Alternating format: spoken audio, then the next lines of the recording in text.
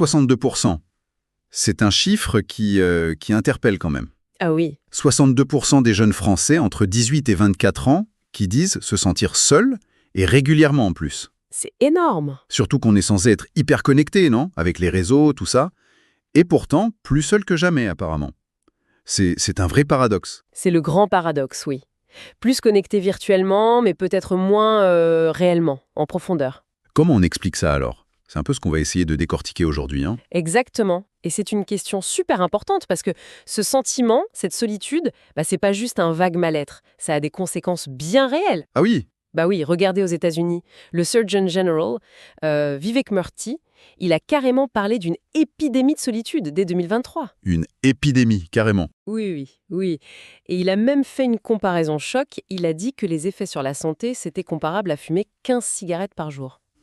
15 cigarettes. C'est énorme comme comparaison. Ah oui, c'est très fort. Et ça a marqué les esprits, justement. Au point que l'OMS, l'Organisation mondiale de la santé, a lancé fin 2023 une commission spéciale sur le sujet. Il considère ça comme une, je cite, menace urgente pour la santé mondiale. Une menace urgente, d'accord? Bon, notre mission aujourd'hui, c'est de plonger un peu au cœur de cette épidémie silencieuse, comme on l'appelle. C'est ça. On va regarder les chiffres de plus près, essayer de comprendre d'où ça vient. Il y a apparemment une histoire de temps, pas seulement de nombre d'amis, c'est ça? Tout à fait, c'est un point clé. On va voir aussi les impacts sur la santé, physique, mentale. Et puis, évidemment, comment tout ça, ça change la donne pour la recherche de l'amour, pour les relations. On va s'appuyer sur des études assez récentes, 2023, 2024, 2025. Alors commençons peut-être par les chiffres pour bien mesurer l'ampleur du phénomène. Aux États-Unis, le rapport dont je parlais, Oui, il chiffre les risques. La solitude ressentie augmenterait le risque de mourir prématurément de 26%. Et l'isolement social, donc le manque de contact réel, de 29%. 29%. C'est considérable. Et c'est pas tout. Risque accru aussi pour les maladies cardiaques, plus 29%. Pour les AVC, plus 32%. Et ça touche aussi la santé mentale, démence, anxiété, dépression. C'est vraiment systémique. D'accord, et en France alors? On a des chiffres aussi précis? Oui, on a des données, notamment de la Fondation de France pour 2024-2025. Alors il faut distinguer deux choses. D'abord, il y a l'isolement relationnel. Ça, c'est le fait concret d'avoir peu ou pas de contacts sociaux réguliers. Le côté objectif, quoi. C'est ça.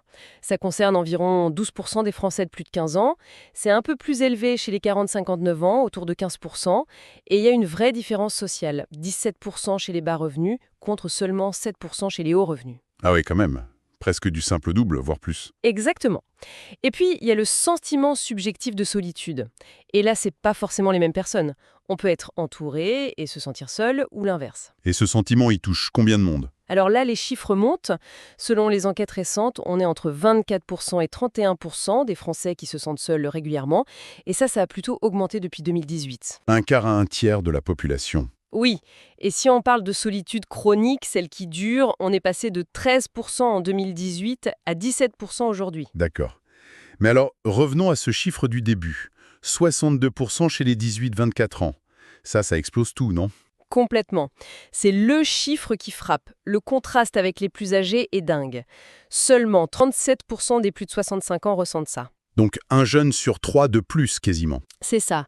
Et les 25-39 ans sont aussi très touchés. Il y a même une étude IFOP qui a montré un truc intéressant sur la saisonnalité chez les 15-25 ans. Ah oui? En hiver, 45% se sentaient seuls, presque 1 sur 2, contre 26% en été. Ça montre aussi peut-être l'impact des activités extérieures, de la lumière. Ouais, le coup de blues hivernal qui pèse plus quand on est déjà un peu isolé. Et le travail, ça joue. Énormément. Chez les personnes au chômage, c'est 44% qui se sentent seuls, contre 23% chez les actifs. Le double. Oui. Et fait intéressant aussi, 32% des travailleurs indépendants. Ça suggère que le collectif de travail, même avec ses défauts, ça crée du lien. C'est clair. Et on voit ça ailleurs qu'en France. Ah oui, c'est mondial. Aux USA, le temps passé en interaction sociale réelle, en face à face, a chuté de 20% depuis l'an 2000. 20%? Et même 40% chez les ados. Et ça, c'était avant le Covid. Incroyable. Les gens participent moins aux assos, aux syndicats. Il y a comme un repli. Donc moins de temps ensemble. Concrètement, ça veut dire quoi? Toujours aux US, il y a 10 ans, les gens passaient en moyenne plus de 6 heures par semaine avec leurs amis. Aujourd'hui, c'est moins de 3 heures. La moitié? La moitié. En Allemagne, c'est pareil. Un tiers des 18-53 ans se sentent seuls. Certains chercheurs là-bas notent même des différences genre les femmes parleraient plus de solitude émotionnelle, manquer de quelqu'un à qui se confier, et les hommes de solitude sociale, manquer de réseau, de groupe. C'est... C'est tellement répandu que certains pays ont même créé un ministère de la solitude, c'est ça, au Royaume-Uni. Exactement. Ça montre bien que c'est reconnu comme un enjeu de société majeur. Bon, alors, on a cette solitude qui grimpe, surtout chez les jeunes, avec des impacts santé dignes du tabac. La question qui tue, c'est pourquoi? Pourquoi ce manque de temps, au fond? On pourrait croire qu'on a juste moins d'amis.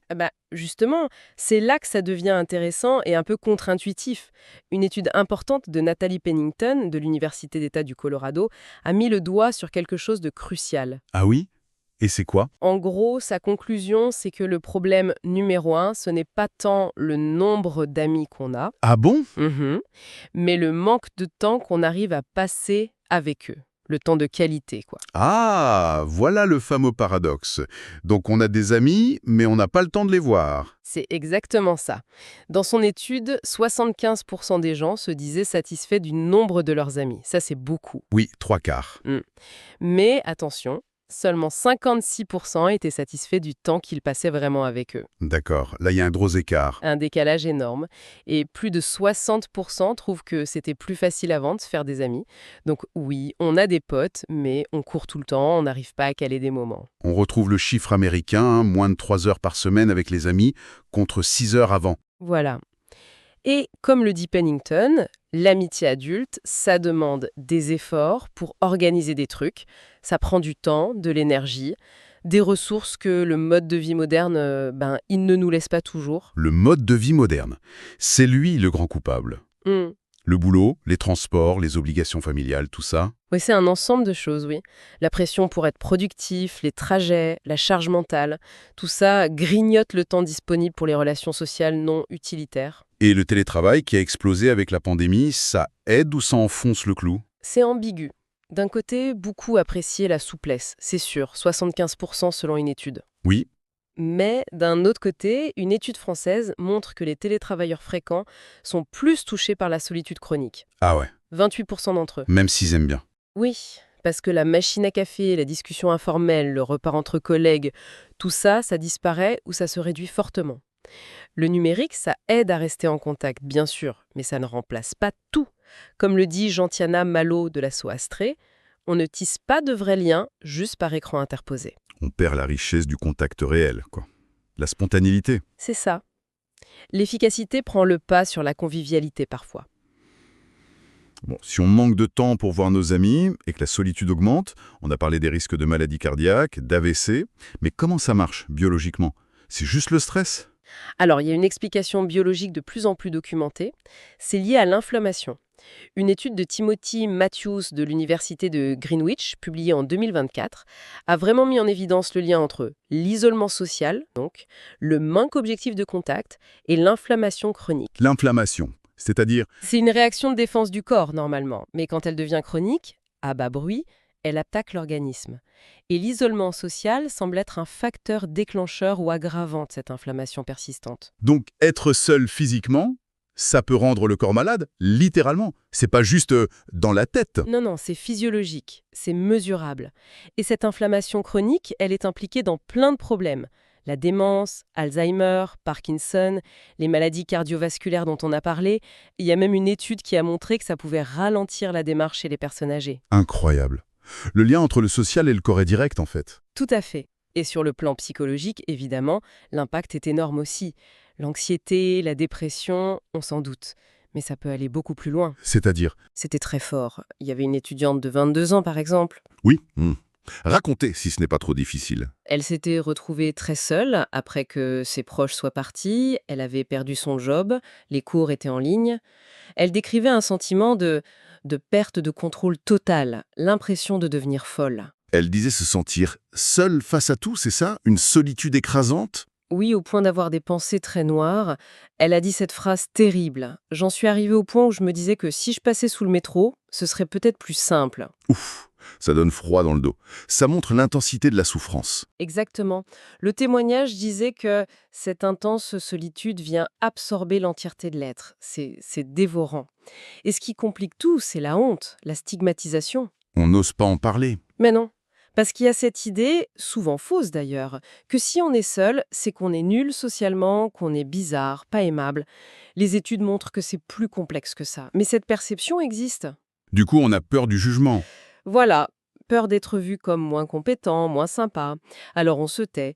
Et le silence, ça renforce l'isolement, ça fait qu'on se sent encore plus nul. C'est un cercle vicieux terrible. Cette souffrance se replie. J'imagine que ça doit complètement teinter la façon dont on cherche l'amour, non? Bon, c'est une conséquence directe quand on est dans cet état de manque affectif profond. Le désir de connexion peut devenir presque désespéré. C'est humain, on cherche de la chaleur. Et on risque de se jeter sur la première occasion venue. C'est un des risques, oui. Tomber dans le piège des solutions qui paraissent faciles, rapides, les applis de rencontre par exemple, qui promettent de combler le vide instantanément. Mais ça peut être une illusion. Chercher un pansement plutôt qu'une vraie relation. Ça peut l'être, il peut y avoir une confusion entre ce besoin fondamental de contact humain, qui est tout à fait légitime, et la recherche d'un amour authentique, profond, qui se construit dans la durée. Si on part d'un état de manque, d'un vide à combler à tout prix, On risque d'attirer quoi? Des relations qui reflètent ce manque? c'est ce que certaines approches suggèrent, oui. L'idée que notre vibration intérieure, notre état d'esprit influence ce qu'on attire. Si on vibre le manque, on risque d'attirer des situations ou des personnes qui résonnent avec ça. L'intention de départ est super importante. C'est intéressant comme idée. Et on voit d'ailleurs des gens essayer de combler ce manque autrement, avec des animaux par exemple. Tout à fait. Une étude IFOP pour Good Flair de début 2024 est très parlante là-dessus. Plus de 8 Français sur 10 trouvent que la compagnie d'un animal est aussi, voire plus, réconfortante que celle d'un humain quand on se sent seul. Ah oui, c'est énorme. Et les chiffres le confirment. 21% des gens qui ont un animal disent l'avoir adopté après une rupture, un deuil, le départ des enfants. Et chez les jeunes, les 18-24 ans, ça monte à 36%. 1 sur 3. Oui, et la moitié des personnes qui se disent en souffrance de solitude ont un animal. C'est clair que c'est un soutien affectif majeur pour beaucoup, une sorte de bouée parfois. D'accord. Donc, si on résume, chercher l'amour à tout prix sur les applis, c'est peut-être pas la solution miracle. Adopter un chat, ça aide, mais ça ne règle pas tout. Alors quoi? Il faudrait changer notre regard sur la solitude elle-même? C'est une piste de plus en plus explorée. Face à ces constats un peu sombres, il y a une autre perspective qui émerge, moins focalisée sur l'extérieur, plus sur l'intérieur. Une source comme l'Arche d'amour, par exemple, insiste sur une différence clé. Laquelle? La différence entre la solitude qu'on subit, qui fait mal, qui est vécue comme un manque, et une autre forme de solitude. Une solitude qu'on choisit ou qu'on apprend à apprivoiser. Ils appellent ça la solitude sacrée. La solitude sacrée. C'est joli comme terme. Mais ça veut dire quoi concrètement? S'enfermer? Non, pas du tout s'enfermer. Plutôt habiter différemment les moments où on est seul. L'idée, c'est que cette solitude choisie, elle n'est pas un problème pour trouver l'amour. Au contraire, elle peut être une super préparation. Une préparation? Comment ça? C'est un temps pour soi, un temps pour peut-être soigner des vieilles blessures de cœur, pour comprendre ce qu'on veut vraiment dans une relation, pour se reconnecter à soi, à ses besoins profonds, à qui on est vraiment. C'est moins chercher désespérément quelqu'un dehors, Plutôt que de devenir soi-même prêt à accueillir une belle relation. c'est exactement ça. Devenir la personne prête à être trouvée, en quelque sorte. Prête à construire quelque chose de solide, parce qu'on est déjà bien avec soi-même. C'est une idée forte, ça. Se préparer de l'intérieur. Et comment on fait ça en pratique? Cette source, l'Arche d'amour, elle propose des pistes? Oui, elle suggère par exemple un exercice qui peut paraître un peu étonnant au début, mais qui est très symbolique. Écrire une lettre à son futur amour. Une lettre? Pour de vrai? Ça fait pas un peu conte de fées? L'idée derrière, c'est pas la magie, c'est un acte d'intention. C'est une façon de mettre au clair, pour soi-même d'abord, ce qu'on désire profondément, de façon positive, de formaliser ses aspirations. L'approche dit que chaque mot posé avec sincérité, c'est une onde envoyée. C'est une manière de diriger son énergie. D'accord, je vois. Un peu comme poser une intention claire. Et comment on ferait concrètement? L'idée, c'est de se mettre au calme, d'être vraiment sincère avec soi-même, de lister peut-être les mots-clés des sentiments qu'on recherche, la joie, le respect, la complicité, la sécurité, l'aventure, Mhm. puis d'écrire une lettre comme si on s'adressait déjà à cette personne, mais sans décrire le physique, plutôt son essence, ses qualités de cœur, ses valeurs. Dire aussi ce qu'on est prêt à donner, à partager, le tout sans penser à quelqu'un de précis et avec beaucoup de sincérité. L'objectif, c'est de transformer ce sentiment de solitude qui pèse Oui. en une intention active, positive. De dire, voilà le genre d'amour auquel j'aspire et auquel je me prépare. C'est ça. C'est tout à fait ça. Passer d'une énergie de manque, de vide, à une énergie d'ouverture, de préparation, d'alignement avec un amour authentique. Un amour qui naîtrait de la plénitude, pas du besoin urgent de combler un trou. C'est une façon d'agir sur soi pour changer sa vie. C'est une perspective qui redonne de l'espoir quand même. Ça change complètement la vision de la solitude. Ce n'est plus une prison, mais ça peut devenir un espace de construction personnelle. Exactement. C'est l'idée qu'il faut d'abord chercher à être la personne capable de vivre cette belle relation qu'on désire. Bon, si on essaie de résumer un peu tout ce qu'on a dit aujourd'hui, on est parti de ce chiffre choc. 62% des jeunes qui se sentent seuls. Une vraie épidémie silencieuse. Oui, On a vu que le coupable, c'était pas forcément le manque d'amis, mais surtout le manque de temps de qualité passé avec eux, à cause de notre mode de vie. le fameux paradoxe. On a vu les conséquences graves sur la santé, avec cette histoire d'inflammation chronique, et aussi sur le psychisme. Mhm, Et on a exploré comment cette solitude influence la recherche de l'amour, avec le risque de chercher à combler un vide. c'est ça. Mais, et c'est crucial, on a aussi ouvert une autre porte. L'idée que cette solitude n'est pas une fatalité, Non, heureusement. qu'on peut la transformer en solitude sacrée, une période choisie pour se préparer, guérir, clarifier ses désirs, une ressource, en fait. Une ressource, exactement. Plutôt qu'un fardeau. C'est le message d'espoir important. Alors pour finir, peut-être une question à laisser en suspens. Et si, justement, apprendre à mieux vivre notre solitude, voire à cultiver des moments de solitude positive, choisis, si c'était ça, une des clés, pas seulement pour aller mieux soi-même face à ce monde qui va vite, Oui, mais aussi pour construire des relations, y compris amoureuses, qui soient plus saines, plus vraies, plus solides. Si on arrivait mieux à être bien seul, est-ce qu'on ne serait pas mieux préparé à être bien à deux? Comment ça pourrait changer notre façon d'aborder les rencontres, les liens? c'est une excellente question. Ça nous ramène à l'essentiel, la qualité de notre relation à nous-mêmes avant tout. Une réflexion à continuer, assurément.